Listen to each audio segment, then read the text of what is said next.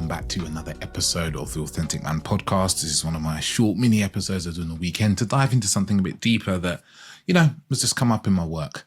And today we're going to talk about the avoidant man. Is something I talk about a lot, because I find, I'm just meeting a lot of men who are struggling with their avoidance and they're wanting to move past it.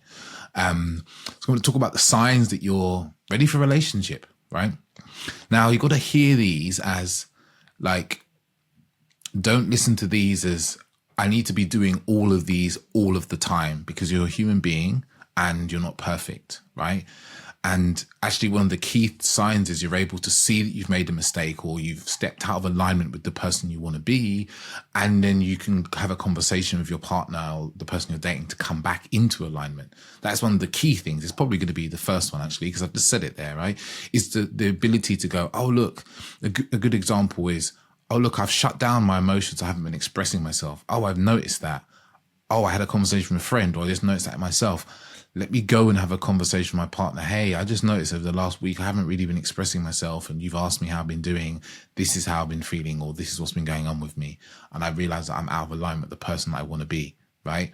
That simple conversation there, right? And sometimes you might need some support to realize that you've gone out of that, or you might have to listen to some feedback from your partner telling you that you've done that. But so that's the first one. The next point is about prioritizing, making time for your partner, for her to be together, shifting from this I need to be on my own all the time, or having all your personal routines, to start having some relationship routines, things that you do together, right? You start to see a shift in your mind of from I to we.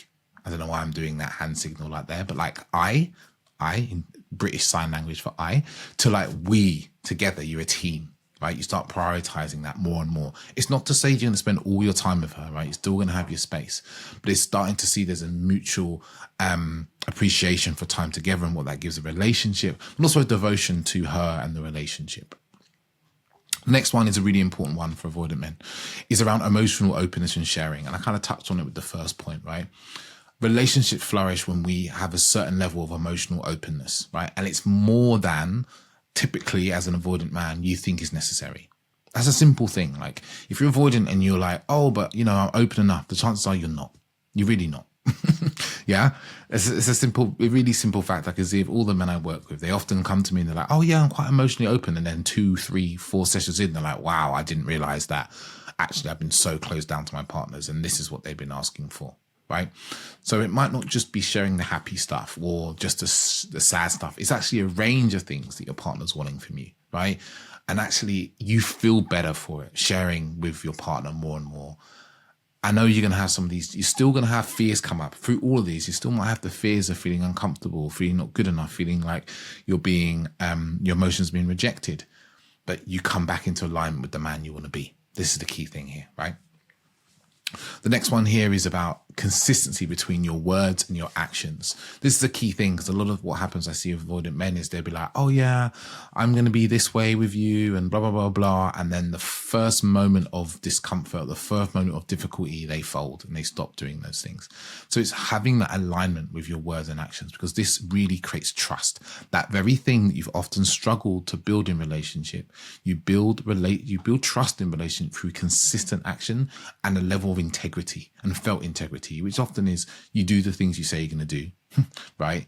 You say the things you talk about the things that matter to you, and you're in line with the things you want to do and who you claim to be, right? Integrity, which is word action, often in alignment. Another thing you're going to see in yourself when you know you're more relationship ready is a willingness to work through conflict. It's not necessarily meaning that you're going to run into conflict with your hands waving and happy for conflict, because conflict isn't always pleasant. And also conflict doesn't have to be unpleasant. I got to say that. Sometimes conflict is simply two people who disagree on a point, or see things differently. That's conflict. And conflict doesn't have to be bad. It doesn't have to have a lot of negative emotions. It can just be filled with listening of you want to go for dinner, you want to get Chinese tonight, and I want to get Indian. That's a conflict. Yeah. But it doesn't have to be, they don't respect my opinion, or what I want doesn't matter. That's adding layers to the conflict. So a willingness to work through conflict is a willingness to ask questions. Why is it you want to have Indian tonight? You want to have that? I understand. like a willingness to understand the other person's point of view, right? To get into their kind of world and also express yours, right? From a place as well of, I've learned this more and more, is like expressing yourself from a place of neutrality, of not having so much like meaning placed upon your opinion and the other person agreeing with your opinion, and having less emotion attached to them when they disagree with you. Because often what happens is when someone disagrees with us, we have an emotional attachment to our opinion. Our ego has an emotional attachment to it. That like if someone disagrees with us, they are somehow saying we're not good enough, or that what we think is rubbish, right? And obviously, you know, includes coming back to conflict. If you've had a conflict and it's got difficult and you decide to take a bit of time away, 5 minutes, 24 hours, whatever, is coming back when you say you're going to come back. Again, back to integrity, right? And there's also to add in here as well, like your partner won't always react to you in the way that you want them to. Sometimes they're going to have reactions which are wildly different from what you desire. And part of conflict is sometimes holding that with them, right? And I say minus abuse, you know, like if your relationship, if you get into conflict and it gets abusive, verbally abusive, then you can also set boundaries of like, hey, I'm not really open to be spoken to like that. Like I'm going to give you half an hour, 2 hours to calm down, then we can come back and have this conversation. Again, it's like this mature conflict resolution. And a lot of that's grounded in when we remove this feeling, this experience we have of like, oh, this conflict means I'm a bad person, or I'm a bad partner, or there's something wrong with me because there's a conflict. It comes from this idea that like relationships should be easy and there should be no conflict. Conflict is good for your relationship when done in healthy ways. Another piece here about kind of signs that you're getting into kind of healthy ways of relating and ready for a relationship is like you're allowing your partner, the person you're with, to meet your needs, or you're willing to allow people to meet your needs. That can be really simple things like, you know, someone picking you up or someone making you food or whatever, you know, because sometimes those are the needs. We become so independent. We want to do everything ourselves. We don't want anyone to support us because we assume they're going to let us down. We fear they're going to let us down, or we fear we're going to become dependent on them. You start to realize that actually a real loving relationship is about interdependence, where we become interdependent, team, we, that sort of thing, right? Just like if you're into sport, football, basketball, whatever, there's an interdependence between all the people on the pitch, between the staff that support them, between the club or organization or franchise, or whatever you're talking about. There's an interdependence that makes them great. If anyone tried to be completely independent within, like, you know, especially heavy team sports where there's a lot of passing and so forth, the whole team breaks down. It doesn't work, right? And there's lots of examples of that with great players who were just too independent. It didn't work. It's a team sport. Another point is this cultivation of active listening. Active listening coupled with presence, because to be active in listening, we have to be present. We have to be sitting there, we have to be with that person and listening to them as if we're listening to them, not we're listening to them through the lens of our fears, our worries and anxieties. If your partner's telling you that, you know, they would like to spend more time together, if you listen to that through the lens of, oh, they're telling me that I'm a shit partner, or they want to leave me, or I'm failing again at this, that's not active listening. That's listening through the lens. That's listening through your fears. That's listening through your anxieties. Active listening is just placing all your attention on them. And yeah, there's going to be, there's going to be some attention on your own feelings and emotions, and that's okay. But you allow them to come up and pass and not become kind of center stage of the relationship, of the discussion, right? And this is a really important part of this, like, you know, validating what they're saying, like repeating it back to them sometimes is a really powerful thing to do. Just saying, hey, you said that you would really love to spend more time together. Okay, I understand. That's what you would like. Got it. And not adding like, oh, that must mean that I'm a shit partner. That must mean da-da-da-da.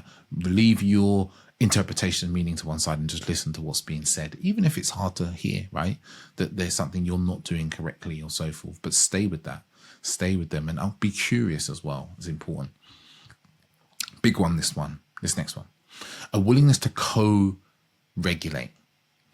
Regulate is about coming into ease, relaxation, connection, or you could call it coming into the kind of the parasympathetic state of the nervous system, right?